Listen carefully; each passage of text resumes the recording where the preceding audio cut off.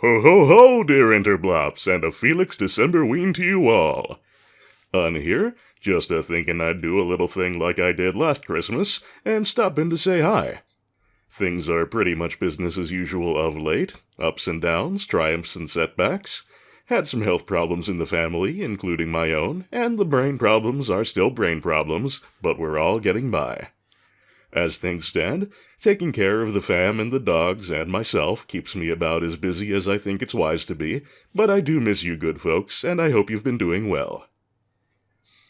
I don't really have anything particularly Christmassy rattling around in my skull like I did for last year, so I thought I'd just share some pictures of a trip I took early this month to a neat little place called Pinball, PA. Pinball, PA is a retro arcade in Aliquippa, Pennsylvania, about 40-45 minutes away from my current base of operations. They have a lovely selection of arcade machines, ranging mostly from the electromechanical era to the early 90s, with a small handful of newer games.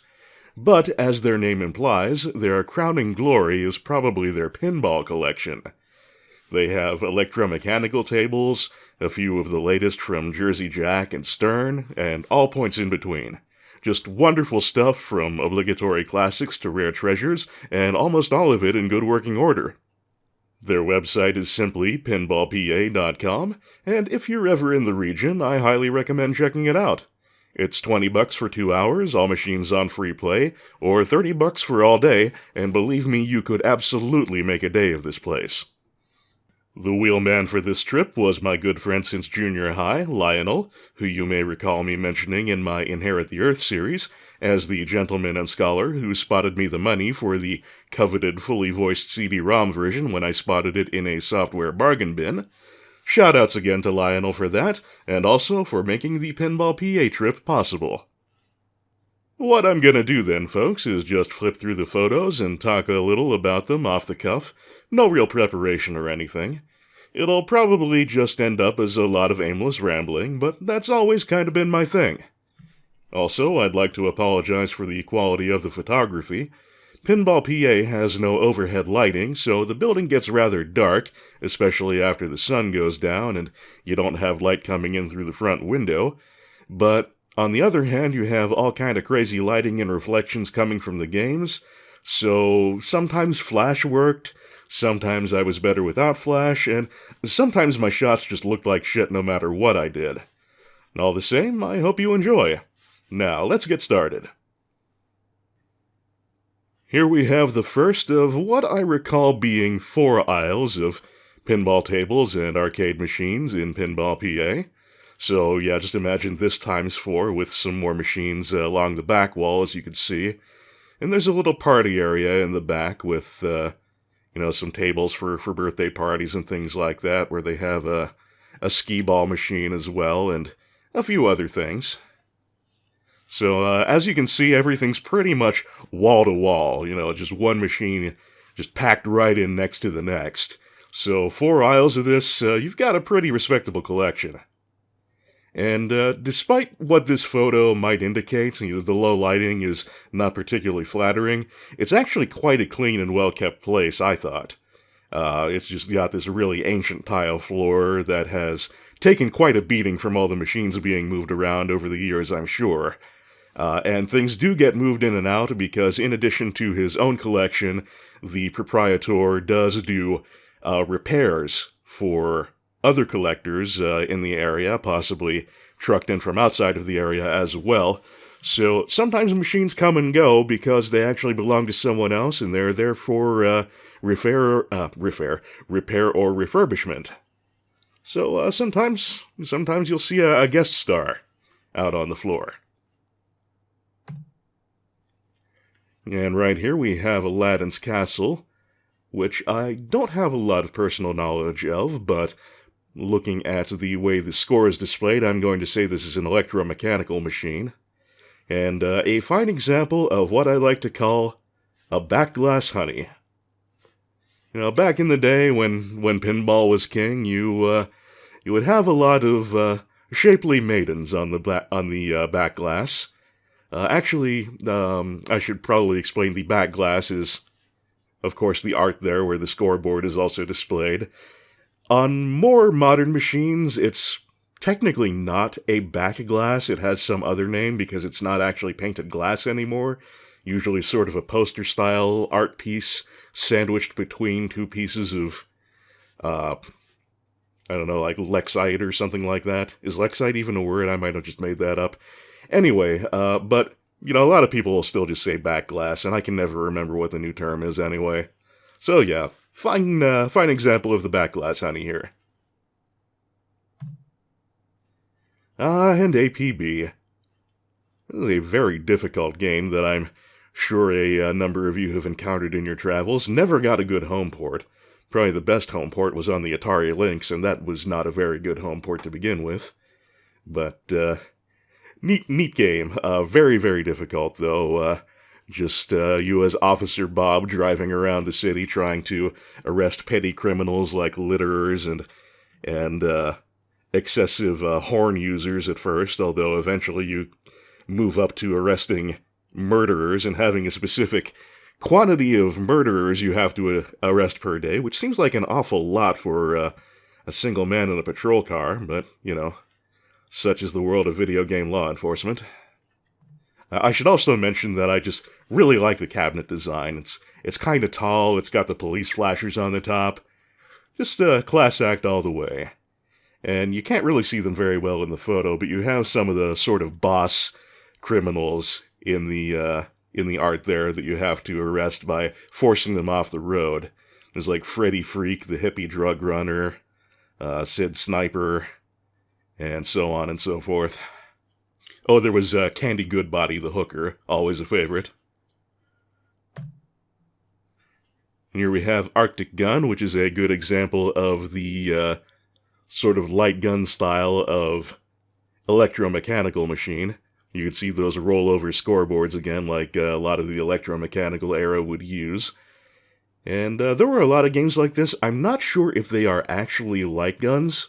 I'm not exactly sure how the hit detection is done, but they commonly have these moving targets that are just, mechanically operated, belt-driven or chain-driven, or pop-out or what have you. And they were really heavy on the blacklight. A lot of times you would have like a blacklight tube in the cabinet or a blacklight bulb, and the three-dimensional environment that you're shooting into would be painted, as you can see here, in a style to be, nice and reactive and vivid under that blacklight. And here you get a closer-up look of the environment of Arctic Gun. Now, my all-time favorite electromechanical machine is Ninja Gun by Casco, which I do not believe, actually I'm certain, because I looked for it, I'm certain Pinball PA did not have, which was a pity, but of course they can't be expected to have everything. But, yeah, Ninja Gun by Casco, I think that's K-A-S-C-O. Yeah, K-A-S-C-O. I believe I found a video of it on YouTube once. I definitely recommend taking a look at that. It's a real work of art. It has like a day and night cycle controlled by a light bulb and everything. Moving on, we have Asteroids Deluxe, which is a little different from classic Asteroids, but much in the same vein. It has that neat, I think it's a Pepper's Ghost background, which is where it's kind of mirror projected to give it a three-dimensional look over a static background. I'm not entirely sure that's what Asteroids Deluxe used, but I want to say that's the case. As I mentioned, I'm not really prepping for this video, so I'm just kind of giving the best I got off the top of my head here. So don't expect fact-checking. And there you see, that definitely looks Pepper's Ghost style right there. As a matter of fact, some little corner of my brain wants to say that Pinball 2000, kind of the turn of the millennium attempt to save pinball by bringing in 3D elements, which did use a Pepper's Ghost technique, was inspired by someone taking a look at an Asteroids Deluxe machine and saying, hey, we could do something like that with pinball. Again, I could be completely pulling a false memory out of my ass here, but that is the best of my recollection. Here we have Atari Football, another golden oldie, which is notable as being kind of a sign of the times with how primitive its graphics are. Instead of actually having any sort of representative football players on the field, you would just have X's and O's, and it was, I think it may have exclusively been in this head-to-head cocktail type table. I know I've seen, I think, 3 of these in my travels, and they've all been this cocktail format. So that may have been the only way it was ever released. I couldn't tell you for sure. But, yeah, trackball controlled, head-to-head option, obviously. And here you have another look at the score. Again, the photography in these is not great. This is just camera phone stuff in a suboptimal lighting environment, but there you can see the X's versus the O's. Here's Baby Pac-Man, which I think is fairly rare. Almost certainly rare in such good working order, I should think. Baby Pac-Man is weird. Like as you can probably tell, if it's not immediately obvious, I'll go ahead and explain it. It's a video game, kind of a standard arcade game, over top of a mini pinball table, all built into the same cabinet. And on the top, you're playing Pac-Man, but there are no power pellets, or energizers, if you will. The only way you can get energizers and actually be able to turn the ghosts blue and edible is by playing the pinball table, which you would do by escaping through tunnels at the bottom of the screen. And after you've played pinball, I believe the tunnels get shut off until the next stage. So you would just try and earn as many energizers as you could by escaping through the tunnel, playing pinball for a while. Then the pinball table would be blocked off to you, and you would just have to try and complete the stage with as many energizers as you were able to earn. Not a big success, I don't think. And that probably accounts for its rarity. That, and I can't imagine it being a whole lot of fun maintenance-wise. Bagman. I remember Bagman from Showbiz Pizza. Up until Pinball PA, I think the only time I ever encountered a Bagman machine was in the Showbiz of my youth, which I sorely miss. And Showbiz was my home away from home, man. But, yeah, this was just a pleasant memory for me, so I had to get a shot of the marquee, which is also notable for its neat comic book format. Not exactly something you see a lot of. Here is Bonsai Run, which is a pretty nifty pinball machine that is most distinctive for having 2 playfields, one of which is below the very small back glass. Like, the back glass is, not as big of an art piece as most of them are. It's just kind of a small marquee saying Bonsai Run. But below that, you have a vertical playfield, which, some well-placed shooting on the main playfield could cause your ball to be carried up into the vertical playfield, and you would play it almost like a bagatelle with flippers. Bagatelle being those old games with no flippers, kind of like pinball with no flippers, where you just kind of had to get balls to fall into scoring pockets on the way down just through sheer gravity and luck. Kind of like Lucky Hit and Shenmue, if you will. But I digress. Always good to see a Battlezone machine in the wild. And Big Betty's Truck Stop.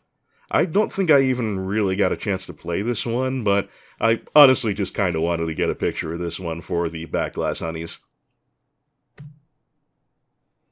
Yeah, the classic pinball era was not at all shy about using sex appeal to catch your attention, and honestly, as far as I am concerned, it works. I never claimed to be a choir boy. Black Belt. I think this is a fairly rare table. If I recall correctly, there was a sign in Pinball PA mentioning that they had another Black Belt machine for sale and that there were only 500 of them made, which, these days when you really only have Stern and Jersey Jack actually even making new pinball tables anymore, as far as I'm aware anyway, those are the only 2 that I know of. They only ever make 500 for anything. So, like, all of their machines are technically rare and limited edition, but back in the day when pinball was actually popular, 500 was a pretty small run, so I guess that would make Black Belt a fairly rare machine of its era. Thing is, though, I played this one and I wasn't really all that impressed. Now, I'm not actually any good at pinball, but I know what I like, so I can't offer the perspective of a wizard, but just as a casual pinball enjoyer, Black Belt didn't really do it for me. But nevertheless, an interesting curiosity.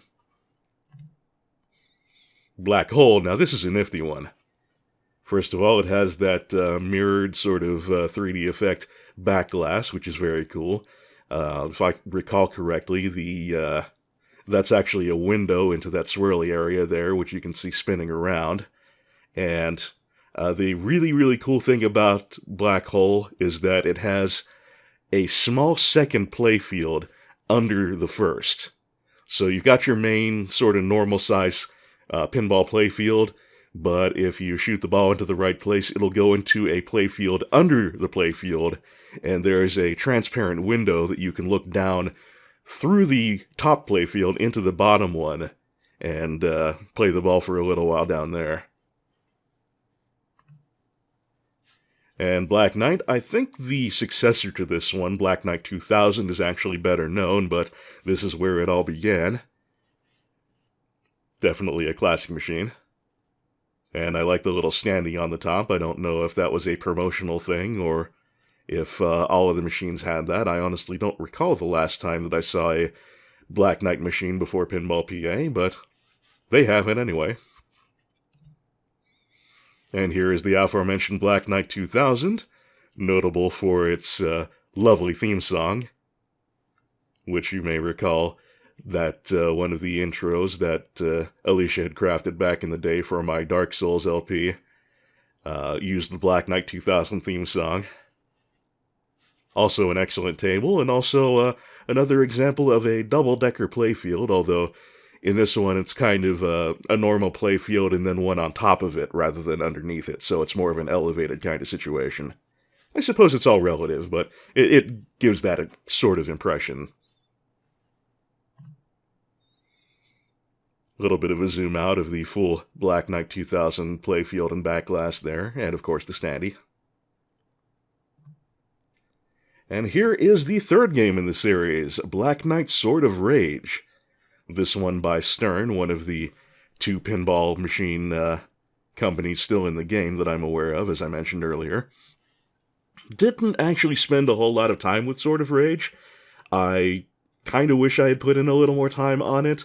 But, you know, we had a limited amount of time, and there were so many games here, and I wanted to spend time with so many of them that, you know, I just didn't always give as much attention as I wanted to some of the really distinctive ones that were new to me.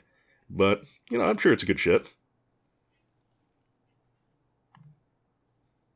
Here we have a closer look at the Black Knight Sword of Rage playfield. There's kind of a knight figure in the middle of the playfield. I'm not sure if you can quite see it with the lighting the way it is, but you know, just above that swirly lightning design in the middle, you look up a little bit, you see the Black Knight figure there. Don't recall if there was any animation on it. And here's another shot of the back glass, and most of the recent machines by Stern and Jersey Jack do have that LCD screen in the backdrop where the scoring is and where it can show various animated or FMV sequences, as opposed to the LCD kind of displays that you would have in the later 90s type tables. And Black Rose, man, I had good timing on this one. This was my first time ever seeing a Black Rose table. I had never encountered this before in my travels, and I really liked it. Again, I don't really know what makes a good pinball table for an expert player, but I know what I like as a pinball casual, and Black Rose was really fun. It always seemed like there was a lot going on, just a good fast action kind of layout. And the thing is, I don't know if this is one that someone was repairing or if they had to move it for some other reason, but I got in a couple games of Black Rose, and, like, not 5 minutes after I walked away from the table, some folks came out from the back with a dolly and wheeled the machine away. I didn't even see where they took it because I was already moving on to my next thing. Yeah, maybe this was someone's machine that they had there for repairs or some kind of refurbishment, or maybe it needed its own repairs. It seemed to play fine to me, but I'm glad I got to play it while I did, because if I had waited at all, then I would have missed that entirely. And we do have a nice piratical backglass honey right there, too. So, Black Rose, big thumbs up. Right here we have the Booze Barometer, the sobriety chest. I think I still have those backglass honeys on the brain. The sobriety test of champions. I do not think this is legally admissible as a sobriety test. This, I think, is a museum piece. It was roped off, and not in operation, not accessible to the playing public. But it looks like, judging by that loop on kind of a screwdriver handle off to the left, kind of like one of those things that they have at carnivals a lot of the time, where you have to move a loop around a twisty wire, and if it touches the wire, then, the sirens go off and you lose. And they're like video game versions of that in Irritating Stick and The Irritating Maze. I think it's one of those kind of things. But yeah, I do not think that you could, legally claim that the Booze Barometer pronounced you sober so you were okay to drive. So if you do ever encounter a working one of these in the wild, I would not recommend that. Here we have Breakout and Super Breakout, the pioneers of the brick-breaking genre, which led us to the Arkanoids and the Shatters that we love so well today. Buck Rogers' Planet of Zoom, which I covered in my Space Harrier and Friends series, which I never did finish, remaining a black mark on my resume to this day. And the Buck Rogers Pinball Machine. Pretty old school. Burger Time. I mean, if you don't know Burger Time, then I highly recommend you get acquainted with Burger Time. This game is sort of an eternal private joke to me. I don't know why, I just find the concept of Burger Time funny. Running around kind of trampling on giant food to make hamburgers while other food tries to kill you. I mean, from this era, pretty much all video game concepts were fairly fucked up. Well, not all of them, but a good majority, but something about Burger Time just always seemed conceptually funny to me, and just thinking about it makes me smile. Catacomb, an old game by Stern, Stern having been in the pinball game for a very long time. Catacomb is interesting, or I found it so, because, one, for its age, it has a lot of voice. This game is really frequently talking to you, for all kinds of situations, and the voice synthesis is actually good, at least as a product of its time. And it has a literal bagatelle in the back. If you look at the back glass there, kind of in the lower right, you see a flipper, and you would flip that ball up, and it would fall down one of the A, B, C, or D lanes, and I'm not exactly sure how the scoring for that worked. But, yeah, I thought that was a neat gimmick, in addition to the digital speech. Centaur, definitely a classic. This is also a game that I believe was from the pretty early 80s. Pretty old school machine, but it has a lot of voice as well, and very clear voice at that. Which was very unusual for its age, if I recall correctly. Also, really, really neat art both on the back glass and the playfield. And there we have the playfield. You see what I mean? That is just some fantastic, striking art. With the primarily black and white, high detail color scheme and those red accents. Tell me that doesn't look cool as shit.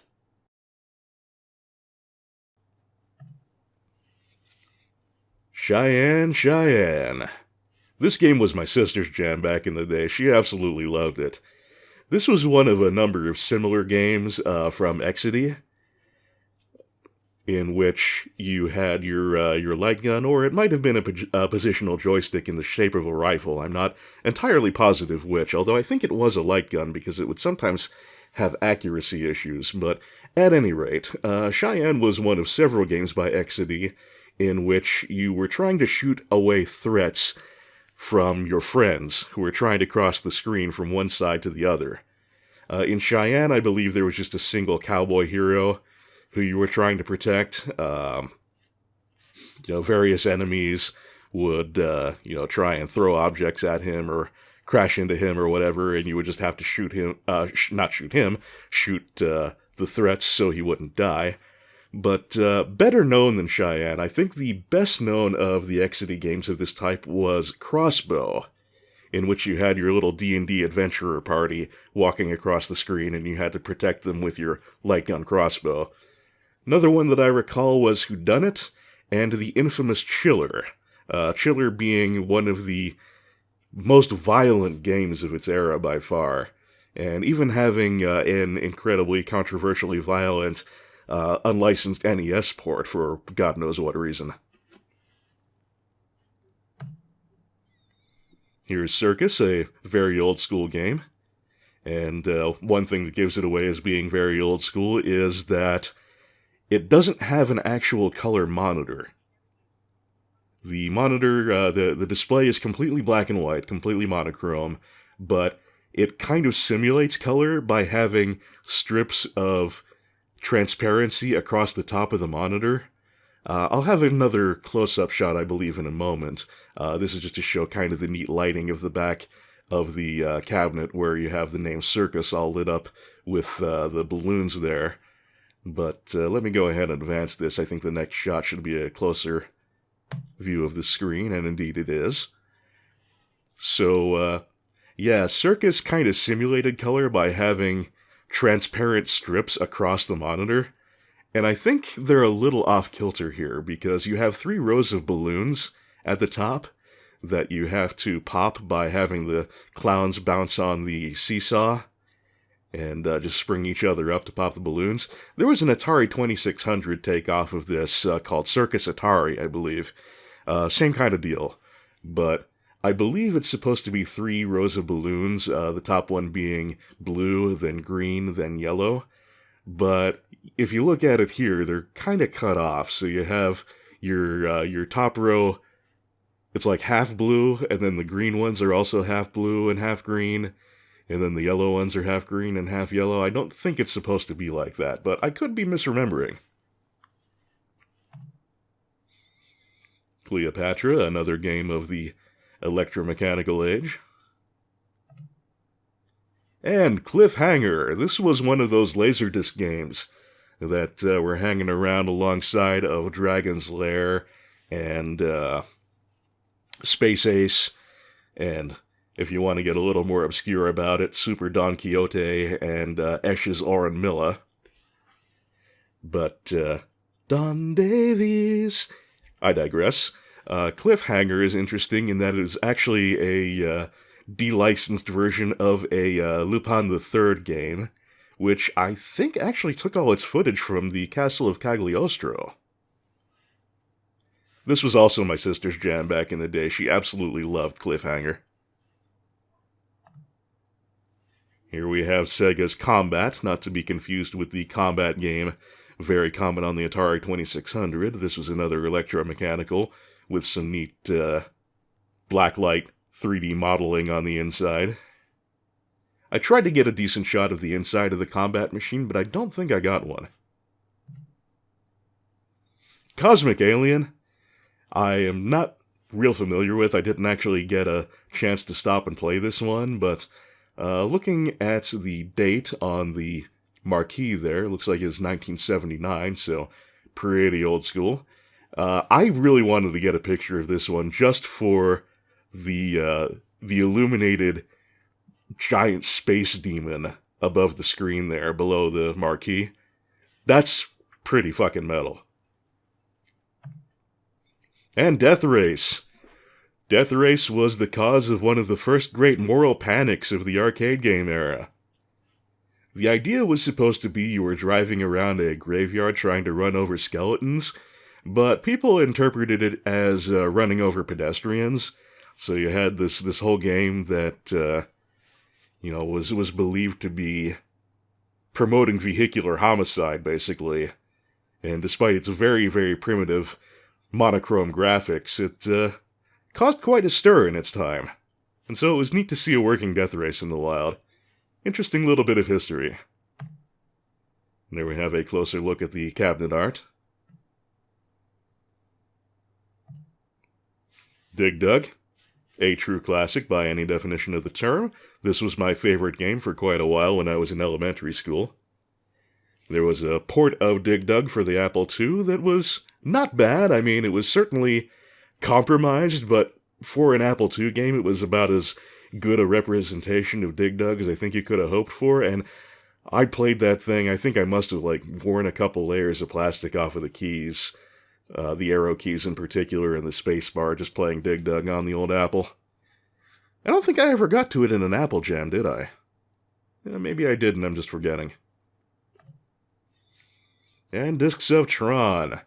Didn't get a chance to sit down with this one, but I remember it used to have a really amazing environmental cabinet back in the day that was it just really surrounded you with all these really cool effects, and I think this was just the standard sit-down version, and not the full environmental cabinet, but still very neat to see.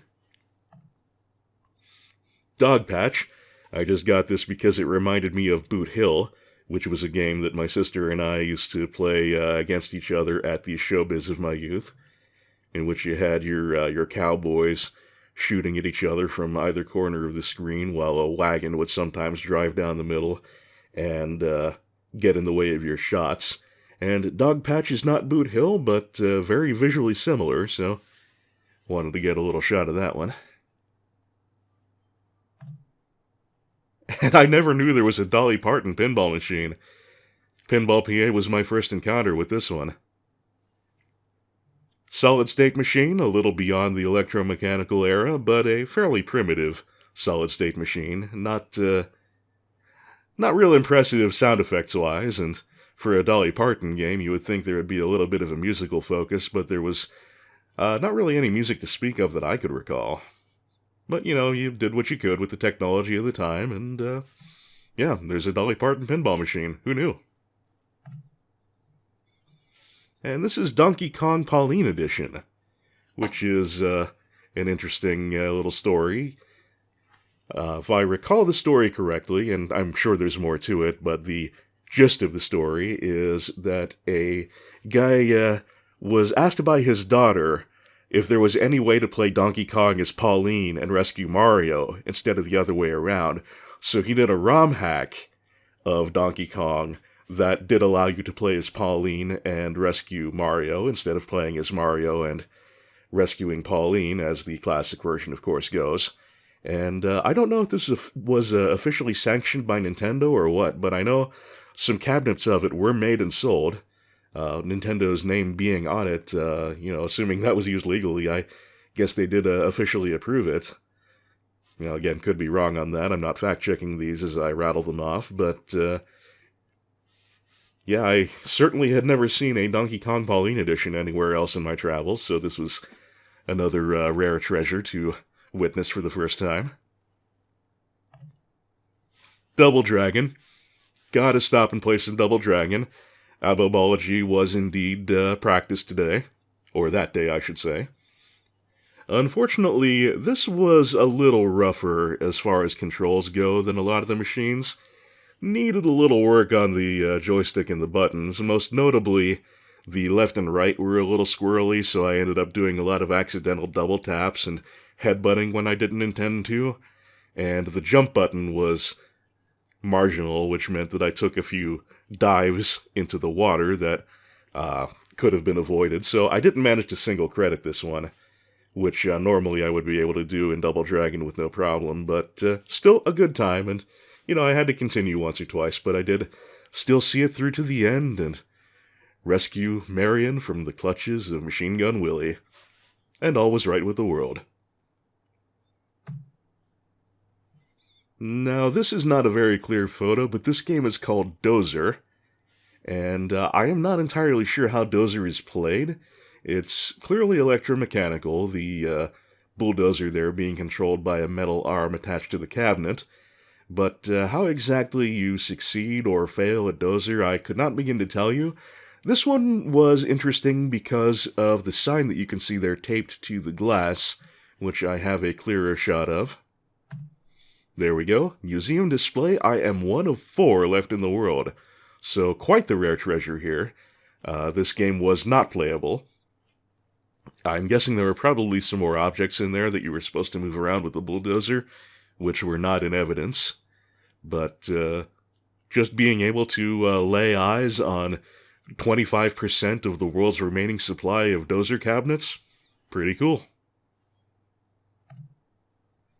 Dragon's Lair, of course. If you're going to have any kind of Laserdisc section, you gotta have Dragon's Lair. And Earthshaker. Back in the day, when pinball was still rolling strong in the 90s, kind of the golden age, I suppose you'd say, when solid state was hitting its stride. Earthshaker didn't quite have the dot matrix display that you would later see, but it's kind of from that slightly pre-dot matrix era, and was notable for, I believe, being the first machine to have a table shaker. That was its big gimmick. Whenever the events of the game were supposed to depict an earthquake, the table would actually rattle, kind of like the forced feedback or rumble effect you get on a lot of gamepads today. Except it's a little more impressive when it's an entire pinball table. But this was my favorite machine back in the day, and I kind of didn't think it would hold up, but I thought it actually did. Again, not a pinball expert here, but it still seemed pretty fun. And Earthshaker was kind of the beginning of my love affair with Pat Lawlor, who was a notable pinball designer, created a lot of very well-regarded tables, and is probably best known for creating the Addams Family pinball machine, which is the most successful pinball game of all time. I don't think a lot of people who are really, really serious about pinball would call Addams Family the best pinball machine of all time, but it was the best seller, and that was a Pat Lawlor joint. And here we have a wider view of the Earthshaker playfield, the table in its entirety. That thing in the middle, in the upper middle, that looks kind of like a telephone dial pad, that is actually a building, the Earthquake Institute. Early Earthshaker machines had an Earthquake Institute that would sink into the playfield when an earthquake was triggered of a sufficient magnitude. And that feature, presumably to cut costs, was eventually removed from later Earthshaker machines. I did not do well enough at this to get a good enough Earthshaker going to cause the Earthquake Institute to collapse. So I don't know if this was a machine from the early run where it would sink into the table or not. It doesn't look like there's a hole for it, so I'm going to say probably not. And those, of course, are rarer than the machines that have the non-sinking Earthquake Institute, but I really couldn't tell you for sure. And this thing pissed me off, damn it, the electronic horoscope from your own personalized palm reading. It was really kind of neat looking with this sort of psychedelic backdrop, very nicely illuminated, and the zodiac signs, the astrological signs that were kind of on a dial spinning around that hand in the middle.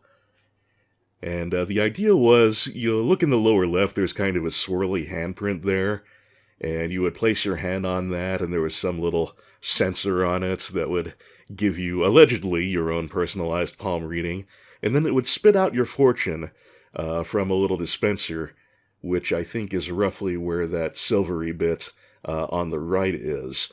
But, all of the pinball games and all of the normal arcade games were free play, but this thing, you had to feed it $1 for it to work. And it took my $1 and then proceeded to not do shit. So, electronic horoscope machine, you ripped me off, goddammit. I'm sure the owner and operator would have done something if I had gone to bug him about it, but I had reported several other problems with machines by that point, and I didn't want to make him thoroughly sick of me. And here's just a close-up of the sort of control panel for that. You would insert your $1 donation as it's listed on the thing there. And you can see up in the upper right it says horoscope chart delivered here. So you would just put in your dollar and theoretically you would flip the switch matching your zodiac sign. And it would do that thing, but it didn't do that thing for me. It just kind of ate my dollar and said fuck you, so fuck you right back, horoscope machine. Still a very neat piece of art at the very least. Elvira and the Party Monsters. I mean, if you need a back glass, honey, who's better to go to than Elvira? We love you, Cassandra.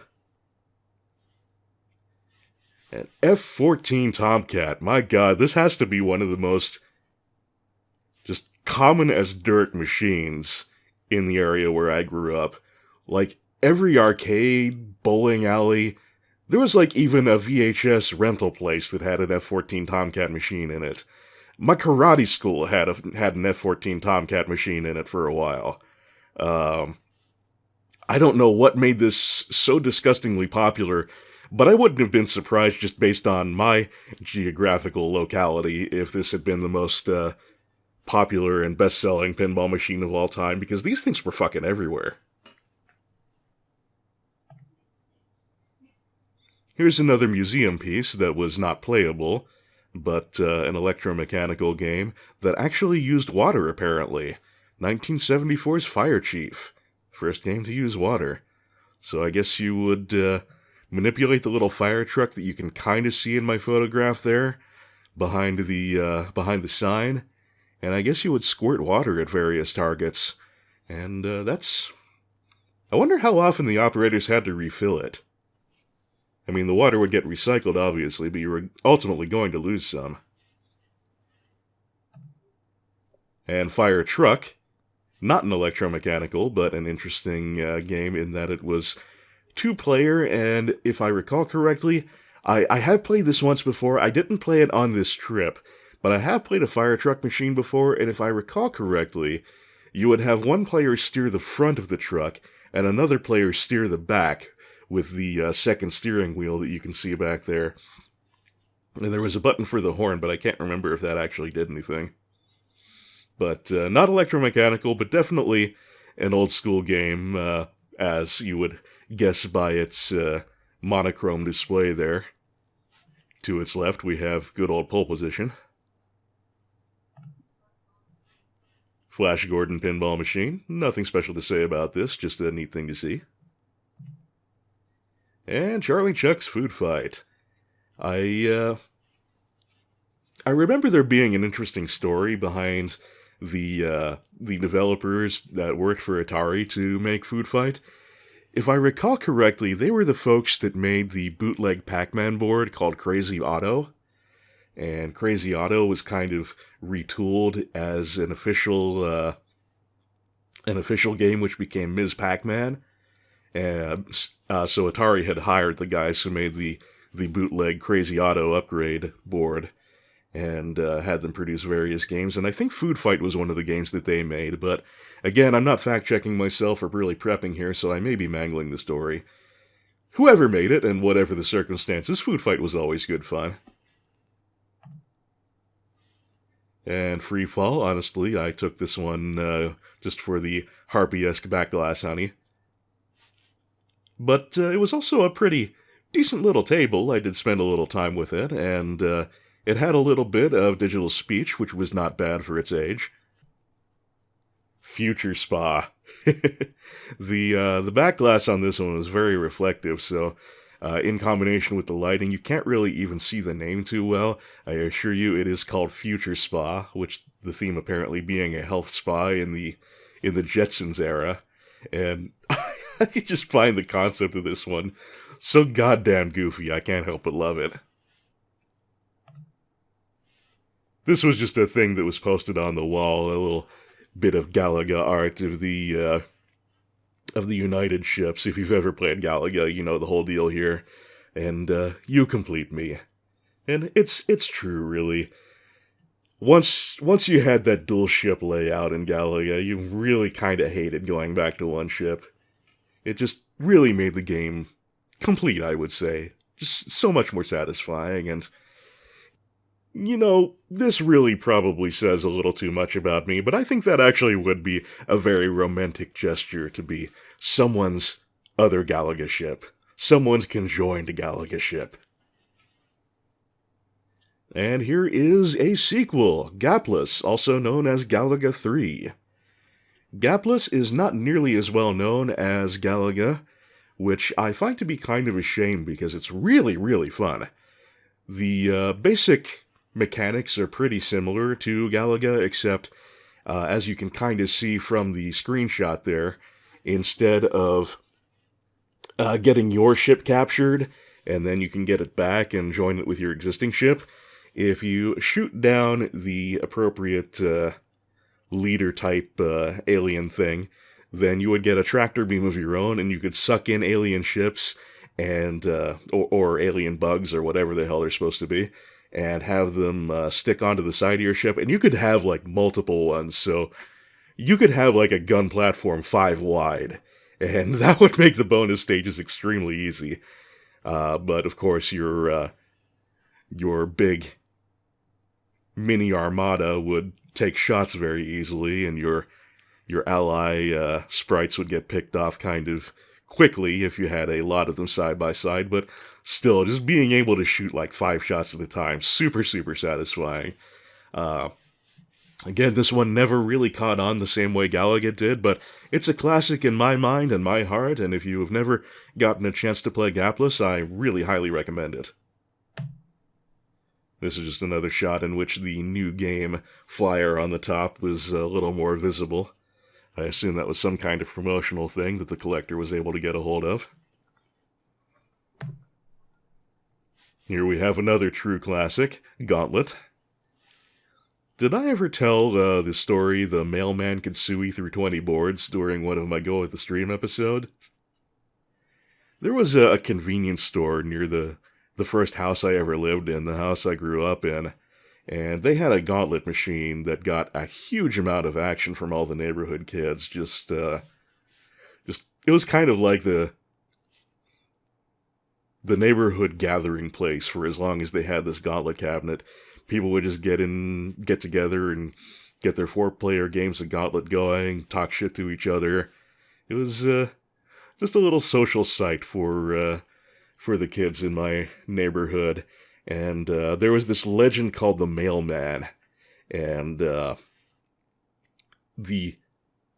legend of the Mailman was that he was so good at Gauntlet that he could build up so much health and, just so much power and I guess probably armor upgrades that he could sui through 20 boards. Sui meaning just run through everything, not even try to avoid damage. And I did meet the mailman on one occasion, and I never got to see him sui through 20 boards, but he was actually quite polite. Most of the kids that hung around the Gauntlet machine were pretty rowdy, sort of heavy metal stoner types. And the mailman was actually pretty chill and soft-spoken, but just something that always stuck with me was the legend of the mailman and his ability to sui through 20 boards of Gauntlet. Just a close-up of the screen there. And of course we gotta have a look at that classic control panel layout that gives you the stats for all the characters. I always thought that was a really neat design, and I still do.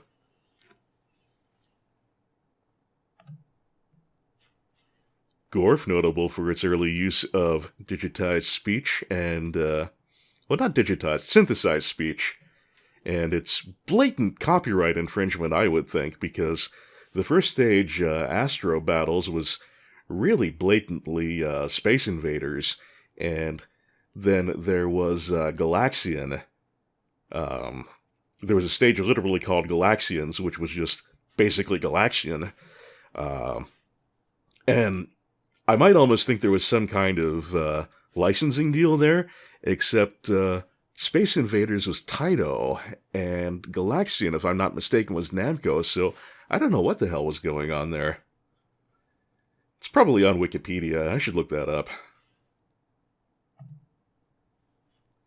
And Gorgar, which I took a photo of just for the back glass art, not just the honey, but the metalness of it all.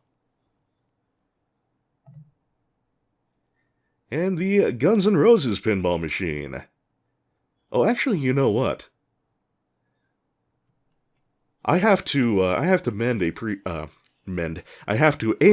previous statement that they had some of the new machines here from some of the new pinball tables from Stern and Jersey Jack.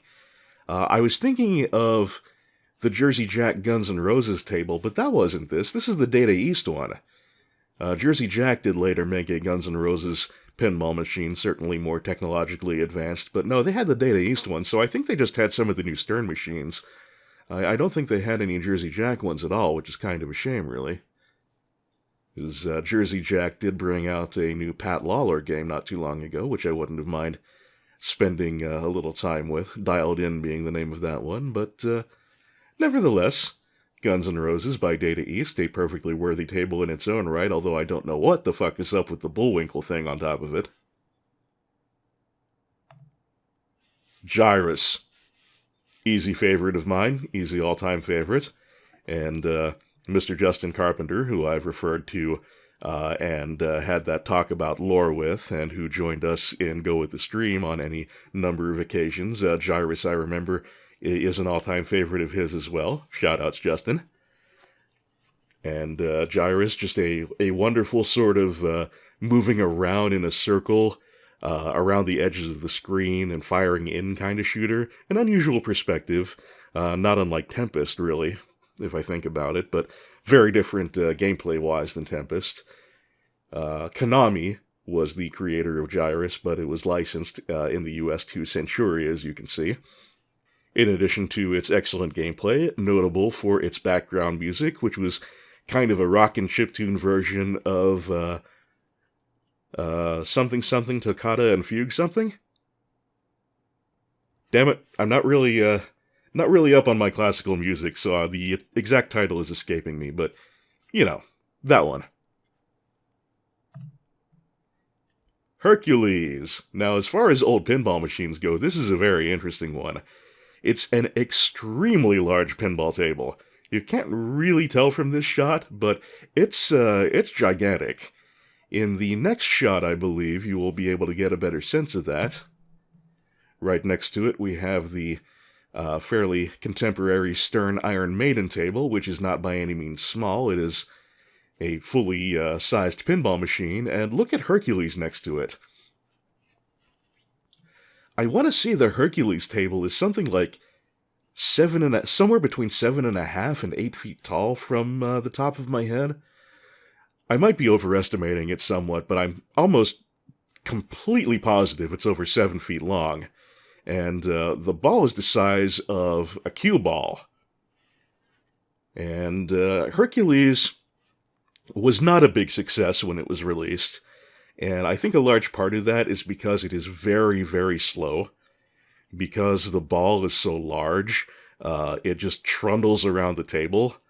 Which, if you're not very good at pinball like me, then that can be something of a blessing, but for the fast action I think most players prefer, Hercules seems kinda glacial. But just for its enormity, a very interesting machine and a very interesting piece of history. And taped at the bottom here was, "I am Hercules. I am giant, but very old. Please don't abuse my flippers. Thank you." I'm not really sure what constitutes flipper abuse, but I'm sure there's a page dedicated to it on the internet. Ice Cold Beer. This is a neat little sort of mechanical game from Taito, in which there were two joysticks, and each joystick would raise or lower one side of that metal bar you see across the screen there. At the bottom of the... I guess you wouldn't really call it a screen. I guess a playfield would be more appropriate, but... a metal ball would be dispensed at the bottom of the playfield, and you would try and move it up to the illuminated scoring holes one at a time. Like, you would have to go to hole 1, and then hole 2, and then 3, etc., and not drop the ball into any of the unlabeled, non-illuminated scoring holes. and the ball would move really fast with like any amount of slant on that metal bar that you were controlling. I don't remember if I finished my thought, but there were two joysticks, one controlling each end of the bar, raising or lowering it. And so you had to learn to use a really light touch so that it wouldn't, the ball wouldn't go careening all over the place, and you would just move it at very gentle slopes. But you also had to move fairly quickly because you were on a timer. But certainly an interesting theme, something that you wouldn't find in the most family-friendly of locations, I'm sure. Here is the aforementioned Stern Iron Maiden table, and something you can kind of tell from the screen there is that you could select your soundtrack. Like, between balls, you could use the flippers to change the Iron Maiden song that you wanted to play along to, so very neat little feature for a band license game. And there is the accompanying playfield. Journey. Speaking of band license games, this one is entertaining for its goofiness with the little primitive monochromatic digitized heads of the members of Journey, but I always really genuinely liked it. I just thought it was a genuinely fun game. And I mean, it's not exactly cohesive, it's really technically just a collection of minigames, but I always found those collections of minigames to be good fun. And it had a neat gimmick in that when you collected all of Journey's instruments, and there's a story to the game which we'll get to in a moment, but you would collect all of their instruments, and then there would be a bonus stage when you would try and protect them from groupoids, those being alien groupies at their concert. You would rack up points by protecting Journey from the groupoids that were trying to steal the instruments again, and there would be a tape loop in the arcade cabinet that would play separate ways while the bonus stage was going on. Now, the interesting thing about the cabinet they had here at Pinball PA was that the regular game sound wasn't working. Like, the game was completely silent, no audio coming out of the cabinet at all. But the tape loop did work. Like, this game would be played in dead silence with, like, none of the chiptune versions of the Journey songs, and then you would get to the bonus stage, and then you would hear, like, in perfect reproduction, separate ways just start blaring out. But yes, the story of Journey was that wild alien groupoids have seized Journey's electro-supercharged instruments. Your mission is to help Journey retrieve their instruments from the dangers of the 5 galaxies, or the 5 minigames, if you will. And just another shot of the same cabinet, showing the monitors surrounding art a little better. Joust Pinball. This was an interesting curiosity. You are probably familiar, if you're up on your classic arcade games, with the Joust video game, but the Joust Pinball table I don't recall ever encountering before. I think this was my first dance with it. If I had ever seen it before the trip to Pinball PA, I don't recall ever doing so. But yeah, it was a head-to-head pinball game, in which the playfield would kind of slant down on either side, and toward a gutter at the bottom of each player's side, and I think the idea was that you would try and keep the ball on your side to hit lots of targets and continue to rack up points, but, if you were careless with your shot, you would send it to the other player's side of the board, and they would be able to score for a while, or you could try and be an asshole and shoot it down the other player's gutter, and, well, no, I don't suppose that would work out, because I suppose if you lost the ball, it would mean losing it for both of you? I'm not entirely sure.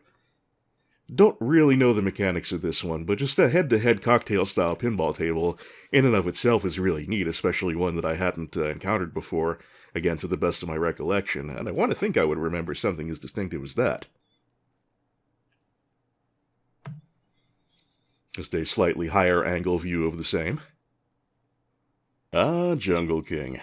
This one's gotta be a rarity by now. I would have to assume it's a rarity because it was pretty much made illegal. You might know this one as Jungle Hunt, which is the more common incarnation of it. It started out as Jungle King, with the Tarzan-type character, as you can see in the marquee and on the screen there.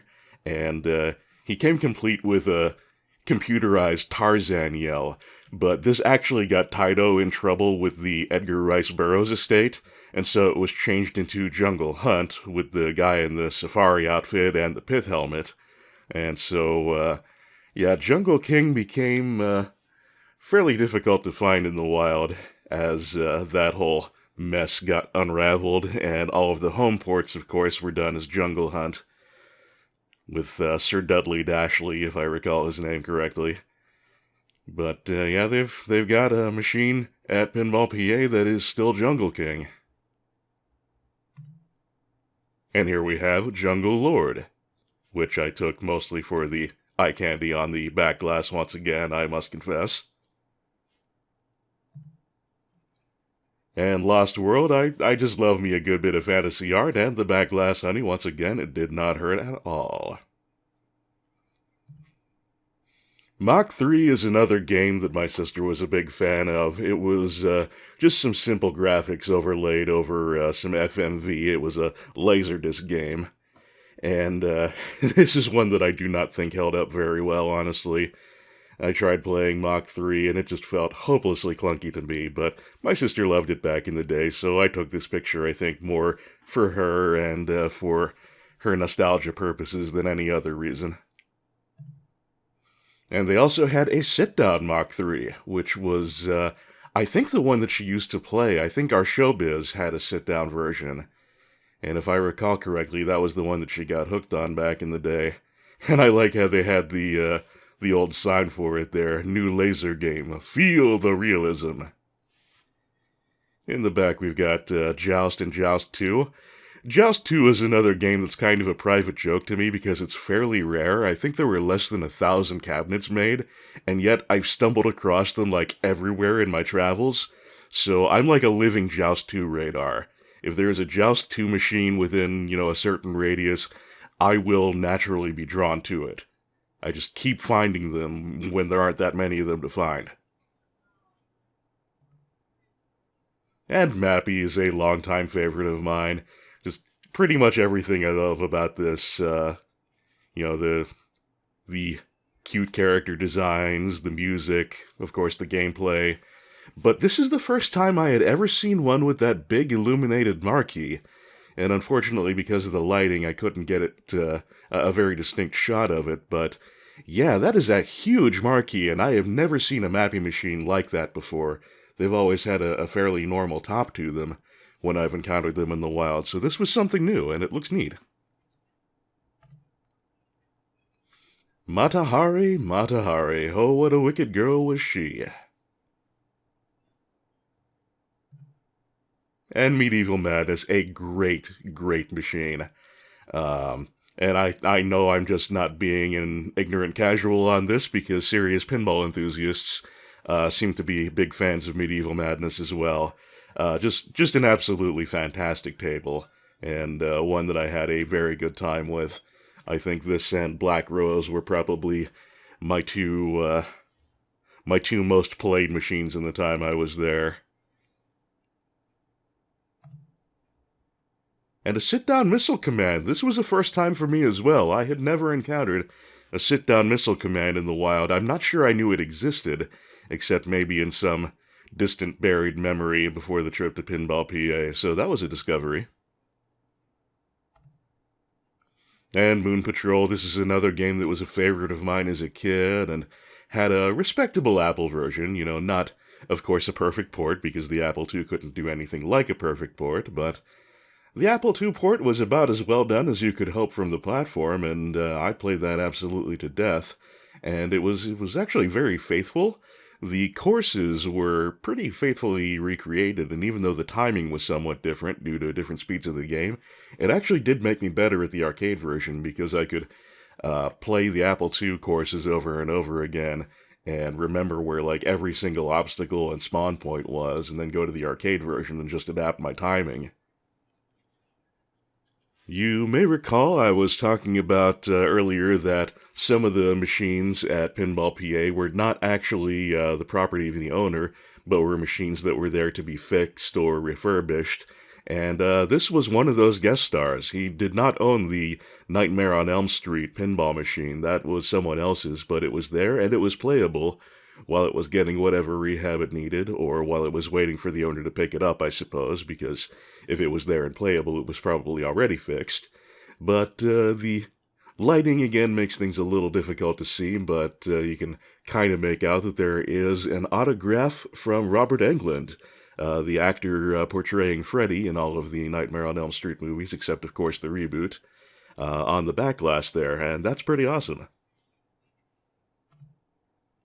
Here I just took a picture of the plunger, which was like a sculpted Freddy head. I thought that was kind of cute. And here's the animated Freddy that is on the playfield.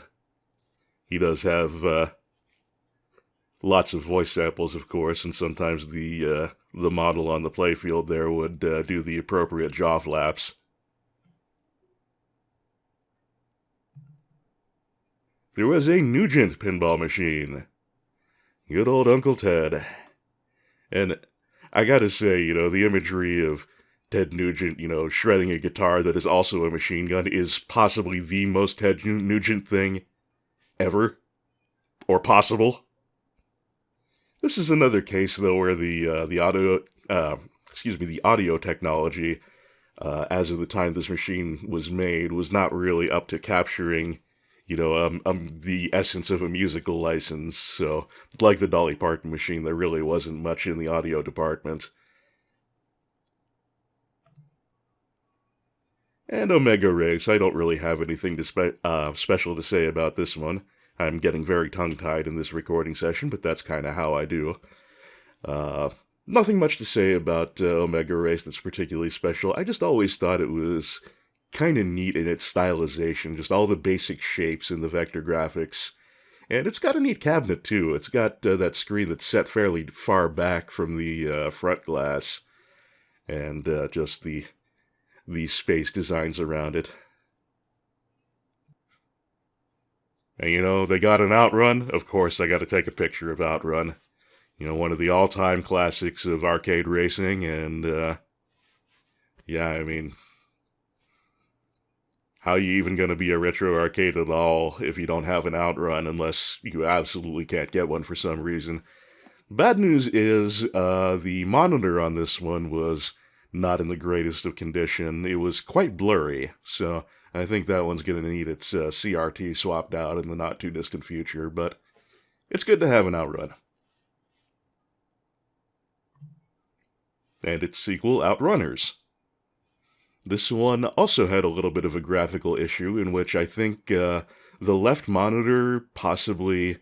I'm guessing there were maybe separate graphics ROMs for the left and right monitors, because there was some weird graphical glitching on the left monitor that didn't happen on the right one. But it wasn't that severe.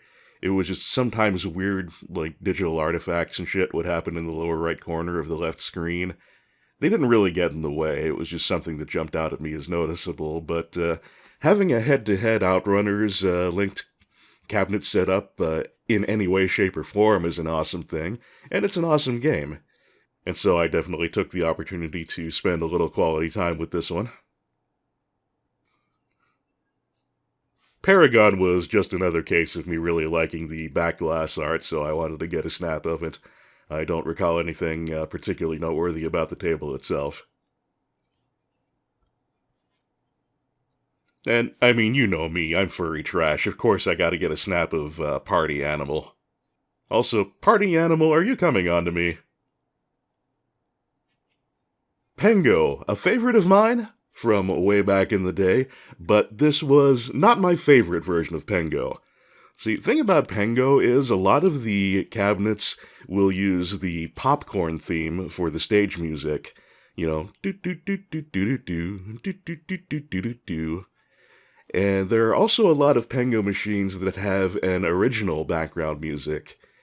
And I don't know if there was a legal issue there where Sega wasn't allowed to use popcorn and so they had to change it, but I think the non-popcorn music is much, much better and was actually one of my favorite details about Pengo.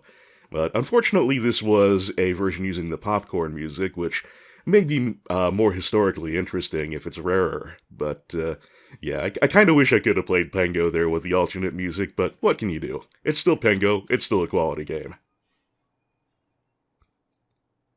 Pinbot, definitely a table of a certain level of fame, a fame that was only enhanced by it having a rather nifty NES port, which was pretty good as video pinball goes, and also took advantage of the video game format by having enemies move around on the playfield and other things that you can't actually do with a physical pinball machine. And Pink Panther, I like how they went for the back glass honey front and center, where the actual Pink Panther is kind of tucked off in a corner to the left. Gottlieb knew where their bread was buttered on this one.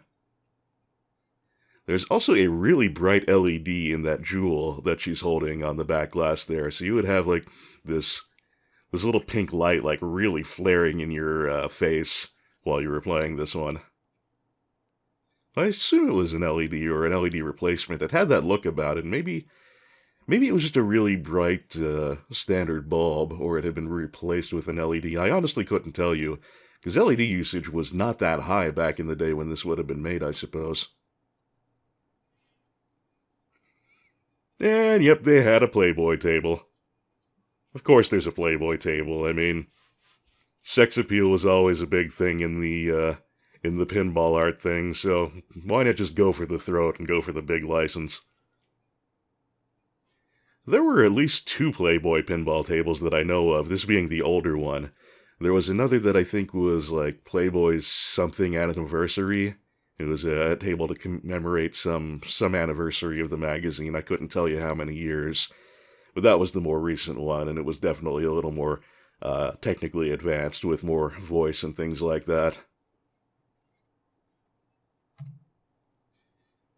And although the reflection prevents it from being a very good photo, the Playboy play field with, I don't know her name, but that little mascot character on the kickers there. And Police Force, which I also had to grab because I'm furry trash. Not a bad table, really, either. I don't really know what possessed, oh, who made this table? Was it Stata East? No, it's in the upper right there. It's Williams. I don't know really what possessed them to decide to cross anthropomorphic animal people with law enforcement and make that the theme of a pinball machine, but they did, and here it is. And here you have the criminals that you're trying to apprehend: Lone Shark, Machine Gun Croc, Drug Rat, and Diamond Weasel. And there's one other. Mafiosaurus Rex. In that first photo, you might have seen a big dinosaur stomping into the background. That apparently was Mafiosaurus Rex. You know, who I just imagined talking with the most stereotypical Godfather accent imaginable, but in this enormous dinosaur roaring voice. And I mean, the sign for this one pretty much says it all. Atari's first successful commercial video game? Pong. This was not operational and not playable. It was just there as a museum piece, but still a pretty neat item to have in the collection. Pool Sharks, I grabbed this one entirely for the back glass, and there are 2 things that kind of tickled me about it. You have Great Whitey, which just sounds racial, Trickshoticus Magnificus, and then you have Tiger Shot, Bankshoticus Tremendicus, and so they're named for, like, their pool skills. And then you have Hammerhead, who is Proboscis Ridiculous. These other 2 see, I got Tiger Shark on the brain here. These other 2 sharks to the right are named for, their pool playing skills, but this poor bastard, all he gets named for is his ridiculous nose. And you got some prime backglass honeys on the left and right here, but being, once again, furry trash, I'm more interested in Tiger Shark there. Wow, I never noticed this before. I never noticed this until just now, looking at this photo to talk about it. She has an actual tiger tail curling up to her right. That's weird. This is back near the bathrooms. There was a hallway in the back where the restrooms were, and there were lots of band posters and concert posters and things like that. And there were also some neat autographs. This one being an autograph from Angus Scrim, who I guess must have visited Pinball PA at some point in his long and eventful life. Angus Scrim being the gentleman who played the tall man in the Phantasm movies. And this was not autographed, but, you know, it's the Meatloaf Bat Out of Hell 2 poster. You know I gotta get a shot of that. Here, on the other hand, we have a pretty neat bit of autographed memorabilia. In the upper left, we have, Hey Ed, great game room, almost as good as Flynn's. Very nice touch. And this is from Cindy Morgan, who played Yori in Tron. You can see Love Yori in the right, and under that, a very difficult-to-read Cindy Morgan. Good old Punch-Out, with its rather unique monitor-over-monitor configuration, and the first ever appearance of Glass Joe. The Relaxolator. Tired feet? Get relief. A foot massager. This, along with the electronic horoscope thing to the left that stole my dollar, this was one of the very few things that actually worked that was not set on free play. I honestly think that my money probably would have been better spent on the foot massager, because I really could have used it after walking around amongst all these aisles of arcade machines. Hopefully it would have actually worked, but I wanted to try out the horoscope thing, damn it. And this is another Pat Lawler table, the pinball designer that I mentioned being a particular fan of. This is Red and Ted's Roadshow, notable for the large models of Red and Ted, the construction workers that you can kind of see at the playfield on the bottom there. They kind of dominate the top of the playfield. There's a closer shot of Ted on the left and Red the boss on the right. I don't know her name, but Red was voiced in this by a country singer, and in one of the game modes, when you get a certain scoring mode going, she would sing a country song that I don't know if it was one of her hits or if it was specifically recorded for this game, but again, a nifty touch. I'm not a big country fan, but I like little touches like that. And this one just had such a simple name and a simple theme, just rock. Not a particularly notable table, and the audio was, again, kind of lackluster for a game with a musical theme, but, I mean, rock. What more do you want? Roller games. This was a pinball machine that they had at a mall I used to go to a lot, back when indoor malls were more of a thing and most of them weren't dying. But I really enjoyed it. I don't know if it's at all considered a good table, but I had fun with it. There's a neat little feature where a magnet on the right side of the playfield would capture your ball in front of a flipper, and it would tell you, "Don't flip!" and then flip when the right time was to whack the ball off the magnet. Here we have Sammy, Surface-to-Air Missile Interceptor, another electromechanical game that I just thought had a neat interior, which, unfortunately, I don't think I captured too well in photography. Kinda got a shot of it where you can see the toy tank in the foreground and a little bit of the 3D sculpting of the playing surface, but it was hard to get a good shot of that with the available lighting and the quality of my camera phone. And Satan's Hollow, a cool game, and just kind of surprising that this didn't create a moral panic of some sort when it was rocking around the arcades back in the day. Fairly standard single-screen shooter, not terribly different in practice from your Galactions and Galagas and what have you, but, well, you were trying to kill Satan, And how often do you see that so blatantly advertised right on the marquee of a game? Small notable detail about this one, the joystick there is an exact copy of the joystick model used in the Tron game. It's just molded in a different color of plastic and with a different logo on it. But yeah, I assume they used exactly the same mold because it is a total duplicate of the Tron joystick. And this here is just another electromechanical rifle game. Chicago Coin's Shootout. Chicago Coin is not a name that sticks out in my mind, but then again, neither is Casco. I only know who Casco is because of Ninja Gun, so, you know. And some of that nice black light, fluorescent reactive paint job there that you see so often in games of this type. This was a sit-down Sinistar, which was another new one on me.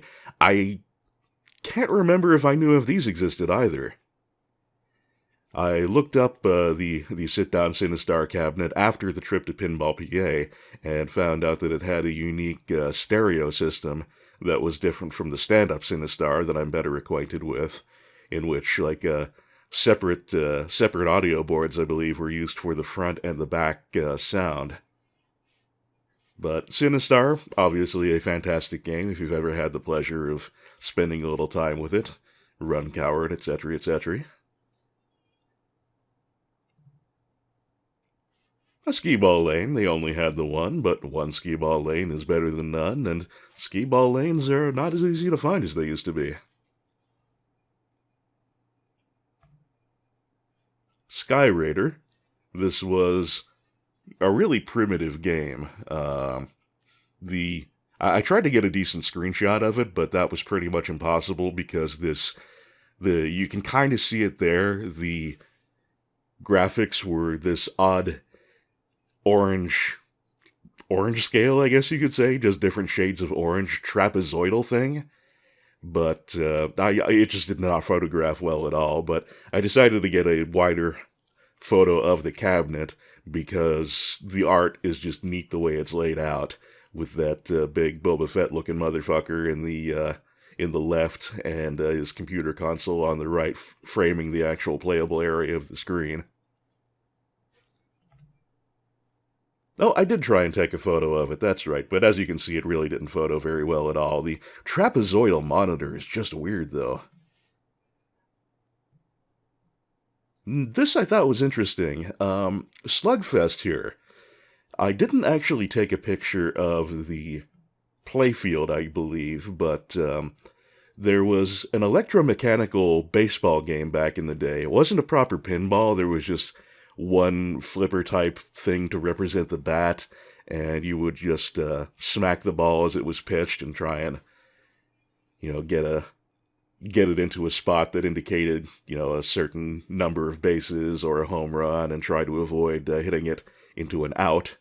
But this was not that original version. This, I think, it seemed to be a remake, kind of an somewhat updated version of that old electromechanical baseball game, which actually dispensed baseball cards.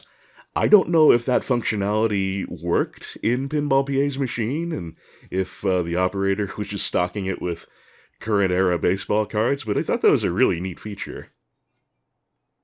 Didn't actually spend enough time with this one to possibly win any cards, and I don't know if it would have dispensed any if I did, but just something that you don't see every day, and something I thought worth capturing a shot of.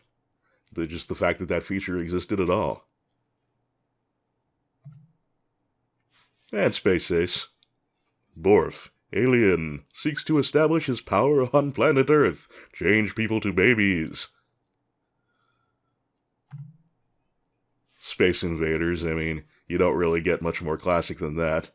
The game that actually caused a coin shortage in Japan, it was so popular when it came out. And Space Invaders Deluxe, which was not a huge change from the original, I seem to recall. I think it was another game that used fake color by just having translucent color bands on the over the monitor. I'm not positive of that, but I think it was another game that did that, like Circus did. I'm not at all confident in my memory of that. I know it had some differences with respect to the bonus points flying saucer at the top of the screen, like the saucer could blink in and out of visibility, and you could only shoot it when it was visible. And there were invaders that would split into two sometimes when you shot them, but yeah, just a fairly minor upgrade, fairly minor iteration on the Space Invaders theme, but hey, more Space Invaders, good Space Invaders.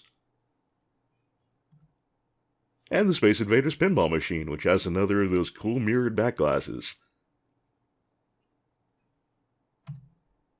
Space Wars, very, very old school. And Sprint 2, also very, very old school. I think this may have been one of those ones that didn't even have a microprocessor in it yet, and was using discrete logic circuits, but I may be misremembering that. And a sit-down spy hunter. I have encountered a few of these in the wild before, but not very many, so it was very cool to see that Pinball PA had gotten their hands on one. Spy Hunter, so very well known and remembered for its use of the Peter Gunn theme. And here's a side view, or an angled side view anyway, just showing some of that very cool illuminated art in the previous photo, and this one giving a somewhat broader view of the cabinet and its neat steering wheel arrangement. Landing High Japan is a random one to have. That was a strange entry in the collection. It's just kind of a Japanese flight simulator kind of arcade game, and it was one of the newer machines they had. I don't think it's all that old. I want to say it's from the 90s. Star Wars, of course, the vector graphics classic that was just mind-blowingly technologically advanced at the time it came out. And its upgrade, The Empire Strikes Back, which, according to my investigations, is not a very rare machine. I remembered checking on that when I got back from Pinball PA, because I've never seen very many of these. Apparently there are quite a few out there in the wild, but I have seen very few. I think this is like the second Empire Strikes Back machine that I have ever encountered in my travels, so maybe it's my anti-Joust 2.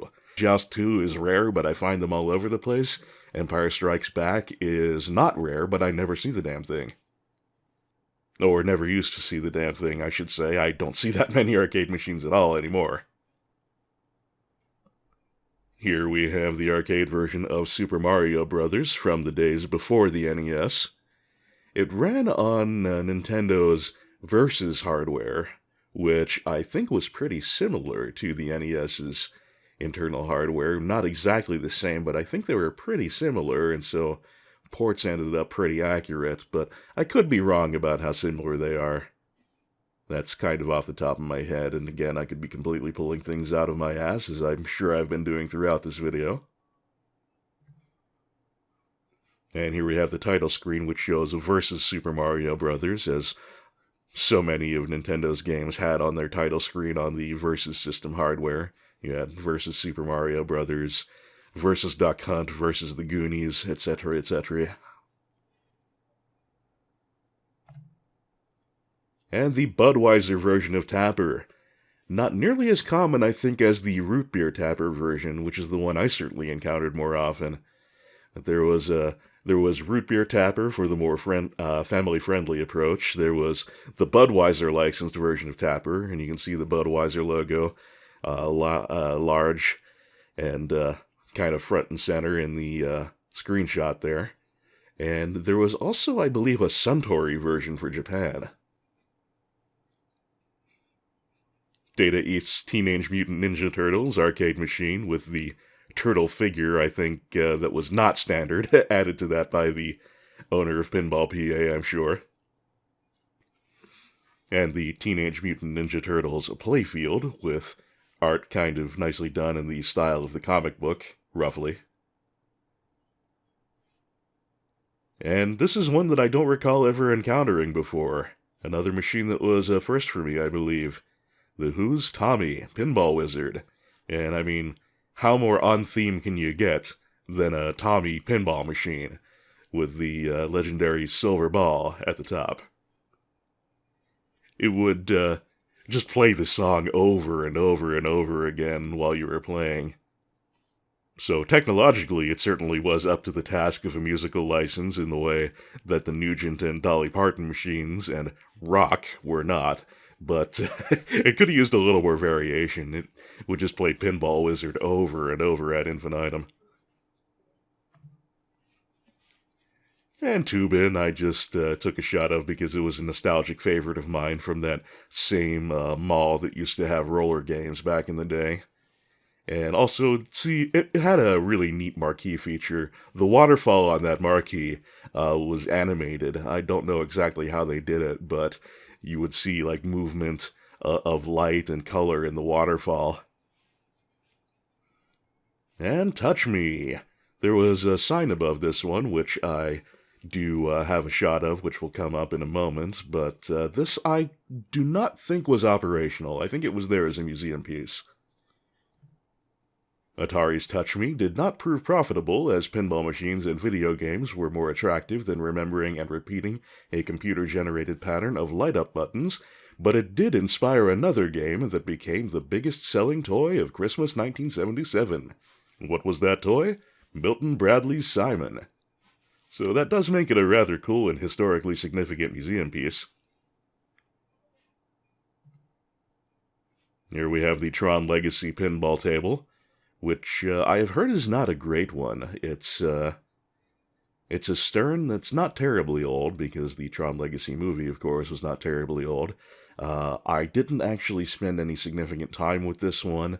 I've heard it's not a great layout, but I will say it is a very cool-looking layout with those neon-looking ramps that do cycle through colors. So, very visually attractive, even if it's not a particularly brilliant layout. And Sega's Turbo, very old school. A game like Buck Rogers' Planet of Zoom that used a really, really funky scaling technology before the more traditional, or I suppose the more mainstream version of sprite scaling was really a thing that was possible. And Twilight Zone. This is a legendary machine. Many consider it the best pinball machine of all time. I don't feel qualified to say on that one way or the other, because again, I'm not a high-level pinball player by any stretch of the imagination. One thing it is almost universally agreed to be is the most elaborate pinball machine of all time. This was Pat Lawler's follow-up to Addams Family.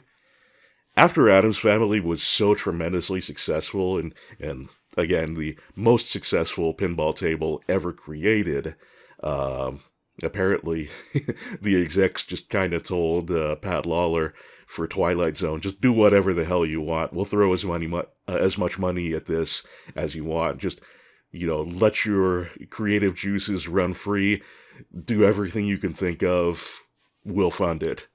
And so it became this incredibly elaborate machine with a whole lot of elements on the playfield that were, three-dimensional objects that the ball could interact with. And there were magnets in the board that would, magnets in the playfield that would affect the normal ball.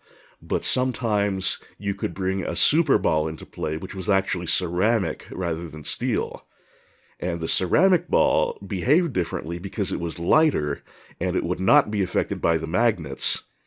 And I couldn't tell you the exact quote, but I remember Pat Lawler once commenting on Twilight Zone that we would never be able to create something this intricate and elaborate again, nor should we.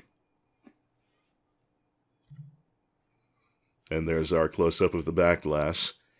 Twilight Zone, for being so intricate and elaborate, I understand, is a bit of a maintenance nightmare, so hats off to the proprietor of Pinball PA for actually keeping a Twilight Zone and keeping it in good working order. And yet another shot of Twilight Zone, getting a little more of an overhead view of the playfield there. Us versus Them. I just like the marquee art for this one. It's another Milstar, or is it Milestar? I'm going to say Milstar, Laserdisc game. Same folks that made Mach 3.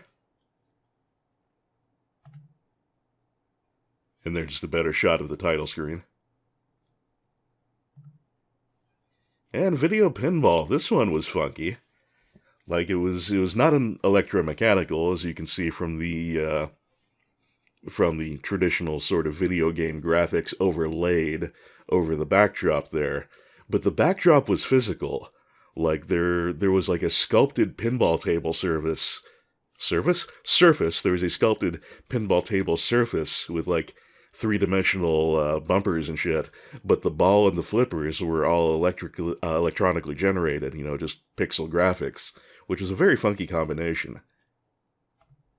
And you can kind of see it there, like the way that white bumper at the top center and that black 100 bumper on the left, they're actually, carved objects on the board. They just have these flippers and the ball all drawn over them in the pixel graphics. So just a really peculiar combination. I'm not sure who exactly asked for this hybrid of a physical pinball table with no actual physical pinball or flippers, but it's a thing that existed. And Viper totally took a shot at this one for the backglass art. Who's that famous Japanese artist who does, like, all the chrome robot women? Can't think of the dude's name, but this really reminded me of kind of his style. Probably a deliberate imitation of him, I should think. And Xenon, this was another one that I grabbed for the backglass because it's certainly a striking bit of art and has another of that nice sort of mirror-y reflective quality in places. And Xenophobe, which was a very cool 3-player game back in the day. You had kind of a 3-way split screen in which every character could be in a different part of the map, and it was mechanically fairly interesting. You would be able to interact with various objects in the background, and so there were little prompts on the screen to tell you what the left and right button would do. Like in the yellow screen there, you can kind of see right button break glass. And that appears to be our final item up for bids, folks. Thanks again to Lionel for making the trip possible, and I hope you all enjoyed my little field trip report from Pinball PA in Aliquippa, Pennsylvania, on the date of Saturday, December 4, Anno Domini 2021. It's been a pleasure stopping in to see you all. A very Merry Christmas and/or Happy Holidays to you and yours, and I hope the coming year will be kinder to all of us. Please do take care of yourselves and each other. This is signing off.